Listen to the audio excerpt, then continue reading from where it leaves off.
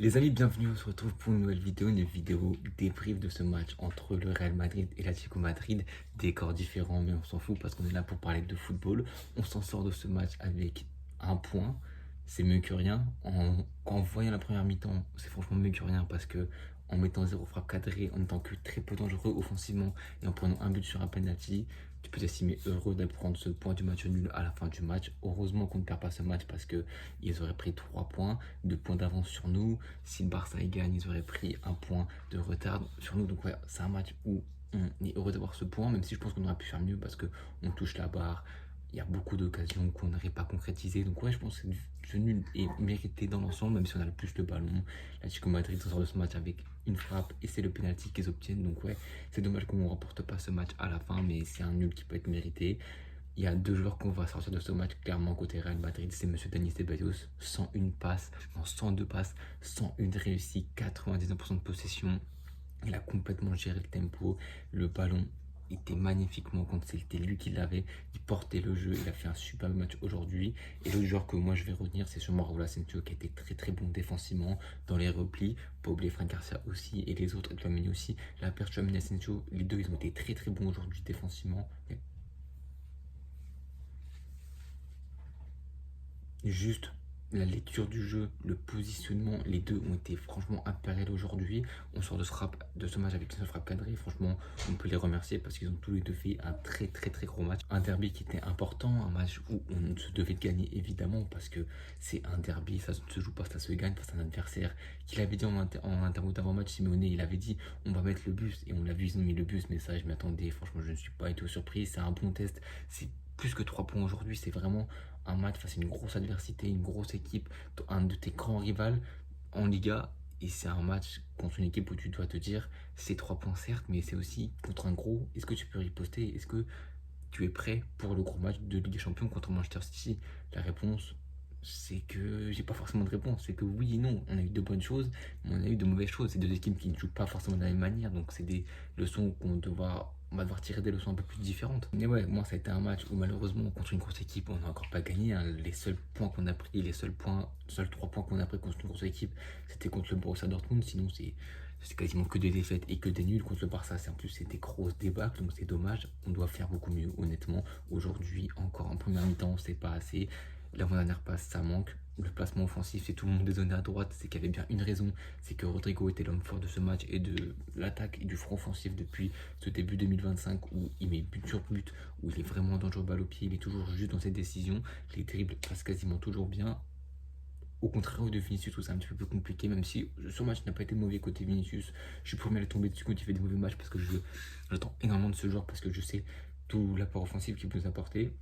Ce match n'a pas été mauvais côté Vinicius, honnêtement, loin de là. Toujours des pertes de balles, des inexactitudes dans les choix, mais il a quand même fait beaucoup de déséquilibres, beaucoup de dangers. Il a amené aussi beaucoup d'occasions.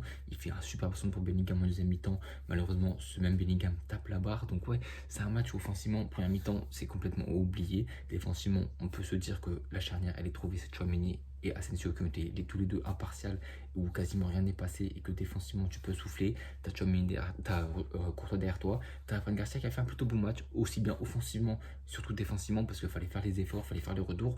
Le match global, c'est vraiment, si je dois donner un mot, c'est effort parce que c'est une équipe qui était un petit peu coupée en deux avec les 4 de devant et Valverde et Ceballos dans les mauvais rôles qui doivent faire tout le bataille de ce milieu de terrain, qui doivent tout ratisser, qui doivent être là partout et en même temps nulle part parce qu'ils ne peuvent pas être partout pendant 90 minutes.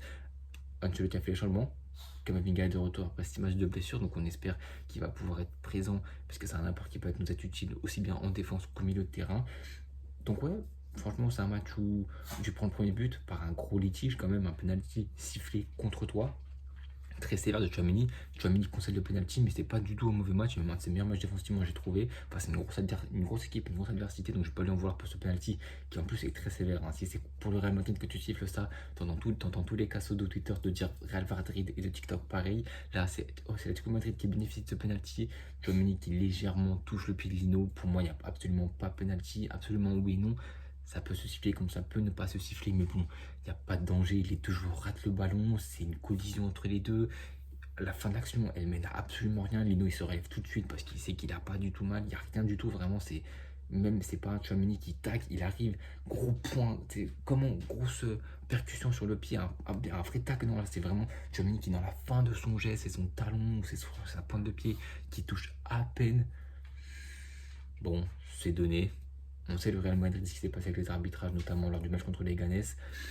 Non, pas contre le Ganes, encore avant en Liga contre le Barcelone. Je suis pas rentré là-dedans personnellement parce que moi je trouve ça assez absurde. Tu dois t'en vouloir à toi-même avant de t'en vouloir aux arbitres. J'ai pas aimé le comportement des autres équipes qui, on sait, le Real Madrid seul contre tous, les autres équipes soutiennent les arbitres entre guillemets et ne soutiennent pas le comportement du Real Madrid alors que c'est les premiers à chouiner dès que leurs équipes respectives ont des décisions contraires à eux. Donc bon, ça me fait doucement rire, mais bon, moi je préfère qu'on se penche plutôt sur notre équipe que sur les arbitres, même s'il y a quand même une grosse erreur d'arbitrage contre Espanyol Barcelone. Ça ne doit pas excuser notre défaite, même si bon, c'est une concordance indirecte à notre défaite malheureusement. Ouais, les arbitres, encore une fois, aujourd'hui, on prend un penalty. Bon, tu peux le siffler, tu peux le pas siffler, c'est pas le drama du siècle. On prend le but malheureusement sur une belle panica de Julián Alvarez qui sera le seul tir cadré côté Atlético du match. Donc bon, tu peux te dire que défensivement, tu as été serein. Tu as quand même eu de gros trous au milieu de terrain et en défense dû à un déséquilibre au milieu de terrain avec un Bellingham qui joue beaucoup trop haut. Mais est-ce qu'on peut lui en vouloir face à une équipe qui, comme l'Atlético Madrid, qui est bloc bas et ça se projette très vite. Donc les retours sont compliqués à faire. C'est là où un match il fallait faire beaucoup d'efforts dans ce match, aussi bien pour les milieux de terrain que pour les offensifs. Hein. Vini, Mbappé, ça a duré un temps, mais les efforts ils étaient beaucoup moins. On peut s'en sortir heureux de ce match parce qu'honnêtement, la pilule aurait pu être beaucoup plus dure à avaler parce que l'Atlético Madrid a eu de grosses phases de transition. Asensio était impérial, quasiment que des. Je crois qu'il n'y a même pas une fois où il s'est fait passer, où il a fait une mauvaise interception. C'est un match quasiment parfait pour lui.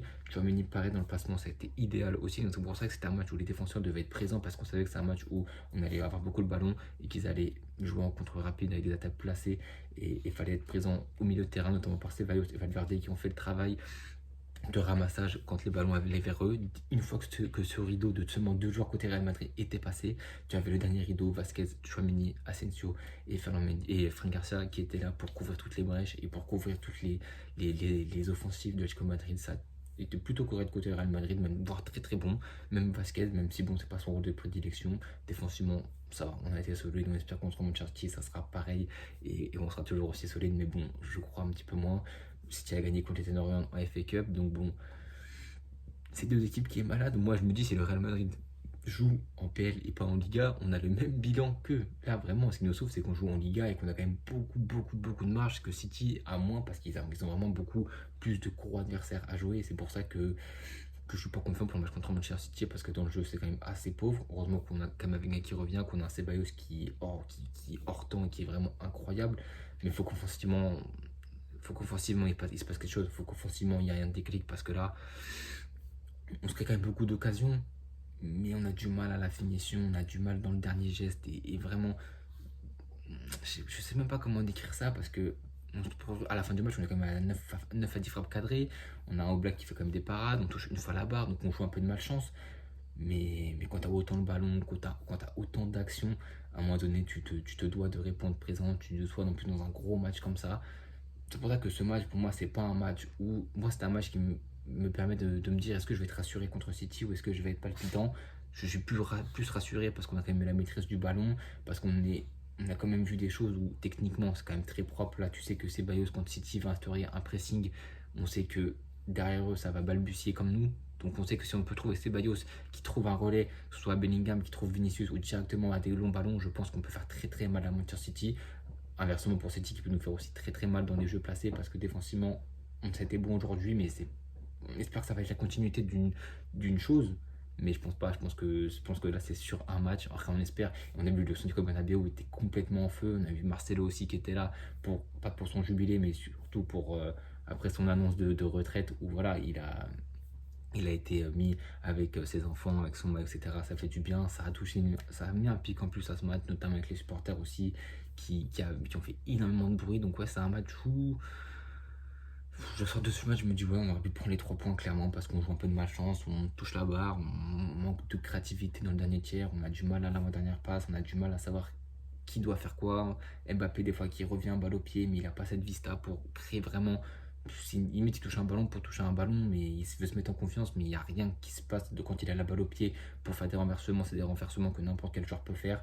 Et Vinicius a été quand même un peu mieux aujourd'hui. Bellingham, c'est c'est mitigé. Moi, honnêtement, le sentiment que j'ai avec Bellingham aujourd'hui, c'est mitigé parce qu'il y a quand même eu de bonnes choses. C'est tout l'abattage au milieu de terrain que moi j'attendais de sa part parce qu'on savait que c'est un match où ça va vraiment déséquilibrer. Et quand tu dois taper 60 mètres pour revenir en défense parce que tu es le numéro 8-10 du Real Madrid, tu veux participer beaucoup aux attaques, mais on attend de toi, je pense. Après, on n'est pas Ancelotti, donc c'est pas ce qu'Ancelotti dit à Bellingham, mais on attend aussi des retours défensifs. On a vu des joueurs qui se parlaient aujourd'hui, donc bon, voilà, il y a l'énorme match mardi contre Manchester City. Il ne faudra pas passer à côté du tout. Honnêtement, on va avoir un œil aiguisé dessus. C'est un match qui peut. En plus, c'est qu'un 16e de finale. Donc après, tu as le 8e de finale. Je sais même plus c'est contre qui le 8e on peut tomber. Bon, bref, de toute façon, on s'en fout. On n'est vraiment pas encore là. Donc peut-être qu'il y aura une vidéo avant match. Comme vous pouvez le voir, je suis pas chez moi. Donc le contexte sera sûrement différent. Peut-être qu'il y en aura, peut-être qu'il n'y en aura pas.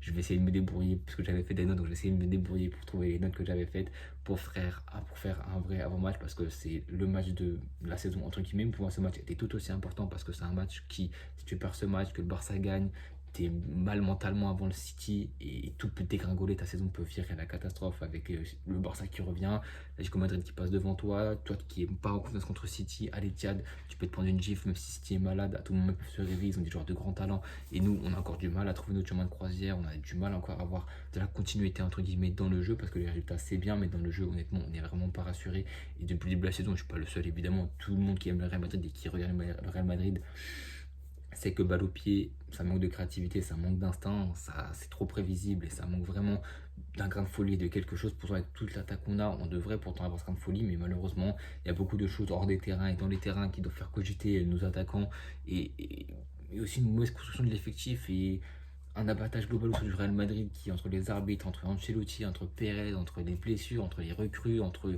les promesses de transfert de Vini, de Rodrigo, les prolongations de contrat, les méformes d'Mbappé, le retour d'Mbappé qui du coup perturbe Vinicius, Bellingham qui doit se réinventer un nouveau poste, sans Kroos, sans Carvajal, avec Militao blessé, Alaba qui revient pour se répéter après. Bref, la liste est longue comme le bras. Le Real Madrid, on sait que les saisons comme ça, c'est des saisons galères comme on en a vécu l'année dernière, il y a 2 ans, personne ne nous voit aller au bout. S'il y a une équipe qui peut aller au bout d'une compétition alors qu'on ne l'attend absolument pas, c'est bien le Real Madrid. C'est pour ça que moi, je vais rester derrière ce club, évidemment, jusqu'à la mort. Je vois beaucoup de gens dire, et je ne comprends pas trop ce principe de dire, oui, tu critiques un joueur, pas forcément en parlant de moi, mais tu critiques un joueur, et quand il marque, tu le célèbres. Mais c'est logique. Si maintenant, moi j'ai critiqué beaucoup Mbappé, si maintenant il marque, je vais être content parce que c'est ce que je demande d'Mbappé. Donc si on doit faire les focus et on doit dire que Mbappé fait des bons matchs alors qu'il fait des mauvais matchs, c'est pas être ça être un supporter, c'est pas être ça être quelqu'un qui aime son club.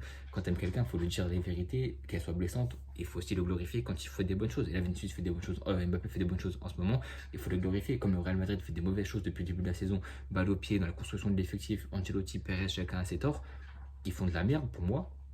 Je peux avoir tort évidemment, je suis pas dans les bureaux, mais mais ça n'empêche pas de rester derrière cette équipe. On peut, comme j'ai dit, on peut être 10e, on peut être 15e, on peut faire de la merde en tout point.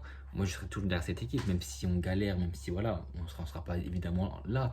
Mais si dire les faiblesses et les défauts d'une équipe, c'est ne pas pouvoir profiter quand ton équipe est de retour sur le devant de la scène, entre guillemets, et de dire quand c'est bien et de dire que oui, ça te fait du bien que l'équipe soit de retour. Je comprends tout ce principe. Moi, je suis là pour dire les vérités de ce que je pense. Je suis pas la vérité absolue, donc je suis là pour dire quand le Real Madrid va mal, quand le Real Madrid fait de la merde, quand un joueur fait de la merde, mais je suis aussi là pour dire quand le Real Madrid va mieux. Pour moi, on ne va pas mieux évidemment. Pour moi, la déroute est encore présente et ça manque encore de clinique.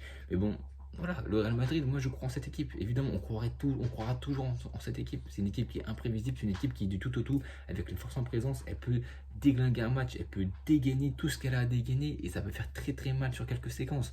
On l'a vu aujourd'hui, donc c'est pour ça que moi je reste confiant dans cette équipe. Oui, on n'est pas au mieux, oui, on a des manques à quasiment tous les postes, des manques de certains profils. Mais on sait que sans quelques profils au cours de saison, on a quand même réussi à gagner des trophées. Donc bon, on restera derrière cette équipe. Les amis, n'hésitez pas à me donner vos tops et vos flops en commentaire. Les tops, évidemment, pour moi, c'est Asensio, c'est Ceballos et c'est Rodrigo. Premier flop, je n'ai pas forcément de flop à mettre honnêtement. En tout cas, les gars, n'hésitez pas à vous abonner. À la partage, on se retrouve demain pour le débrief de Séville FC Barcelone, un match qui va être important pour la course à la Liga, au leader de la Liga. On va se retrouver évidemment mardi pour le débrief de Real City à 23h. Peut-être lundi, peut-être mardi le jour même. Je pense que lundi, dernier délai, je vais essayer de mettre l'avant-match, mais je ne suis pas sûr. Les gars, n'hésitez pas à vous abonner, à liker, partager et à bientôt tout le monde.